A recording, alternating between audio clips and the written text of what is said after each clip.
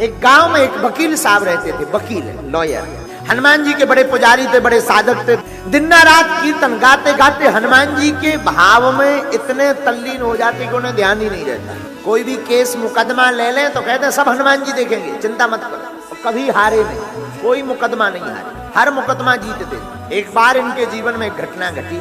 हम आपको कोई बहुत पुरानी बात नहीं सुना रहे हैं, ये घटना सत्य घटना पर आधारित है। आगर मालवा जिले की श्री बैजनाथ मंदिर है, वहां की चर्चा हम आपको बता रहे हैं। वही कोई 50-60 साल पहले एक बार एक व्यक्ति का उन्होंने मुकदमा लिया, केस को सुना, समझ गए ये मुकदमा सत्य है, ये जो व्यक्ति बोल रहा है ये निर्दोष है, इसको कहीं सजा ना हो जाए। बोले ठीक है भाई, चिंता मत करो, साहब प्रभु लीला करेंगे, लाओ हम तुम्हारा मुकदमा लड़ेंगे और तय है जीतोगे। उस व्यक्ति ने हाथ जोड़कर कहा क्षमा करना, सबका कहना है कि हम ये मुकदमा नहीं लड़ेंगे, हारेंगे, आप उल्टी बात बोल रहे हैं। वकील साहब ने कहा कि विजय होंगे, केस हम जीतेंगे। लोगों ने कहा पागल हो गए, इसके ऊपर मर्डर का केस है, 302 का केस है, मर्डर के साक्ष्य प्रस्तुत हो गए, गवाह प्रस्तुत हो गए। जिस वकील के पास उसने केस रख रखा था उसने भगा दिया कि तू भाग, हारना तय है, मैं अपना नाम क्यों खराब करूं, तुझे सजा निश्चित। लेकिन ये वकील ये कहते हैं हमने बाकिया सुन लिया, तू निर्दोष है और तू सच बता। बोला मैं निर्दोष हूं। बोले जा तू जीतेगा। ये तो कह के चला आया। इसने कहा वकील साहब माफ करना, तुम्हें फीस लेनी हो तो पहले ले लो, और मुझे पहले बता दो, अगर मुझे सजा होनी है तो मैं पहले घर की व्यवस्था करके आऊं। वकील ने कहा चुप हो जा, मैं फीस अभी नहीं लूंगा, मैं फीस बाद में लूंगा, नोटों की फीस नहीं लेता हूं। मैं तो यही कहूंगा तू भी आना मेरे सरकार के द्वार पर और कीर्तन करा देना राम नाम का। अब तो ये जो व्यक्ति जिसका केस लड़ना था ऐसे लगा कि ये सच में मेंटल है, कहीं कीर्तन करवाने से कोई मुकदमा जीतता है। वैसे भी सब लोग जितने और लॉयर थे, जितने वकील थे, वो कह ही रहे थे कि ये पागल है, इसके चक्कर में मत पड़ो। लेकिन अब तो तय हो गया। लेकिन मरते क्या नहीं करते, देखते हैं ये इनका इष्ट क्या करता है। आपका भरोसा कितना मजबूत है अपने इष्ट के प्रति, अपने गुरु के प्रति।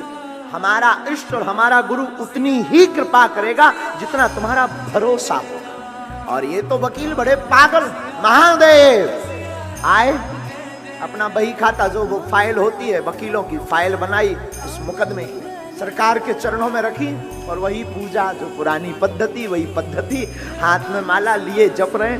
पहले दिन जो बहस छिड़नी थी उसी दिन वो 2 घंटे लेट आए। जिस व्यक्ति का मुकदमा था तो उसे लगा कि अब तक तो लग रहा था कि 50 है, अब तो लग रहा है पूरे। 2 घंटे बाद कोई आ रहा है, जज चिल्ला रहा है। अब जज छोड़ेगा थोड़ी ना, सजा हो रही होगी तो ये आजीवन करवा कर मानेगा। पहले तो कम से कम 20 साल की ही होगी। जज बैठा है, मजिस्ट्रेट बैठा है, इसके अंदर कोई भय नहीं, कोई डर नहीं कि मैं देर से आया हूं। मानो यूं मान के चलो कि ये उसका बाप है, और वो अपनी मस्ती में डूबा हुआ आया। जिस आदमी का मुकदमा था उसे लगा कि यार फंस गए, अब फाइल भी लेते नहीं बनता, बहस जारी है, कल परसों में उसका फैसला होना है। तब तक जज ने कहा कि अब तक क्यों आए। इसने एक शब्द में बोला माय लॉर्ड क्षमा करना, मैं अपने सरकार की सेवा में था। इस जज के ऊपर भी एक दूसरा जज है, मैं उस मजिस्ट्रेट के संरक्षण में था जिसका ऑर्डर तुम भी स्वीकार करते। तो जिस आदमी का मुकदमा था उसे लगा कि बताओ लो, इससे भी बहस हुई। ये आदमी भागा भागा गया तो वकील ने कहा कहाँ जा रहे हो। बोले कल फैसला है, मैं जरा बंदोबस्त करके आऊं, घर पे 1-8 साल का राशन तो रख के आऊं कम से कम। बोले क्यों। बोले तय है कि आजीवन होनी है मुझे, और एक और काम करना, कम से कम इतनी कृपा करना, कल टाइम पे आ जाना वरना फांसी लगी। वकील ने उस साधु पुरुष ने मुस्कुराकर कहा जाओ, कोई व्यवस्था मत करके आना, तुम तो सीताराम कहकर आना। दूसरा दिन हुआ और हद पार हो गई। दूसरे दिन तो और बड़ी बारी लीला हो गई।